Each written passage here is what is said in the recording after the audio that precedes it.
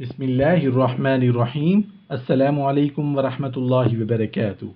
بچہ دانی پر مقرر فرشتے۔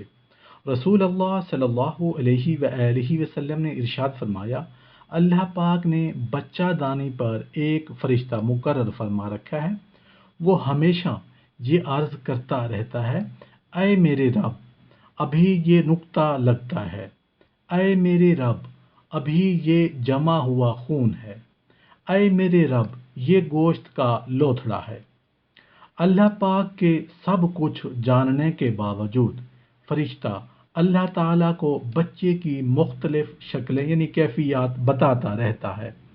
پھر جب اللہ تعالیٰ اس کو پیدا کرنا چاہتے ہیں تو وہ فرشتہ پوچھتا ہے، اس کے متعلق کیا لکھوں، لڑکا یا لڑکی، بدبخت یا نیک بخت، روزی کیا ہوگی، عمر کتنی ہوگی۔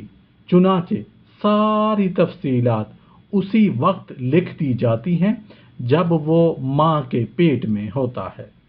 بحیثیت مسلمان ہمیں حلال کمانے اور حلال کا لقمہ ہی اپنے پیٹ میں ڈالنا چاہیے۔ حلال لقمہ کھانے سے ہماری دنیا اور آخرت تو سنورے گی ہی، اس کا سب سے بڑا فائدہ یہ ہوگا کہ جو اولاد پیدا ہوگی وہ نیک ہوگی، نیک بخت ہوگی، والدین کی فرما بردار ہوگی۔ حاملہ خواتین کو چاہیے کہ دوران حمل نیک اعمال کریں، اپنی عفت، اپنی عزت، آبرو اور شرم و حیا کا خاص خیال رکھیں تاکہ اس کا اثر اولاد پر ہو۔ حاملہ خواتین کو چاہیے کہ نماز، ذکر و اذکار اور حیا دار ہونے کو اپنا شعار اور وقار بنائیں تاکہ نیک اولاد اور نیک نسل پیدا ہو اور نیک نسل پروان چڑھے۔ تلاوت کلام پاک اور نماز کو اپنی زندگی کا وتیرہ سمجھیں۔ عورتیں نماز میں سستی اور کاہلی زیادہ کرتی ہیں، ایسا کرنا سراسر نقصان ہے۔ جب بھی میاں بیوی کے ملاپ کی وجہ سے ان کی اگلی نماز قضا ہوئی اور اس ملاپ کی وجہ سے ان کو اولاد ہو گئی تو اس اولاد کے اندر فسق و فجور آ جائے گا۔ جب ماں نے ہی اس پر عمل کی وجہ سے اللہ کے حکم کو توڑ دیا تو پھر پھل بھی تو ایسا ہی ملنا ہے۔ اس لیے اس بات کا بہت زیادہ خیال کریں کہ آپ کی کوئی نماز قضا نہ ہو۔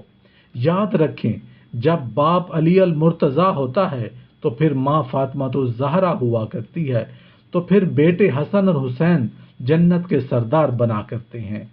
جب باپ ابراہیم علیہ السلام ہو اور بیوی ہاجرہ علیہ السلام ہو تو پھر بیٹا اسماعیل علیہ السلام بنا کرتے ہیں۔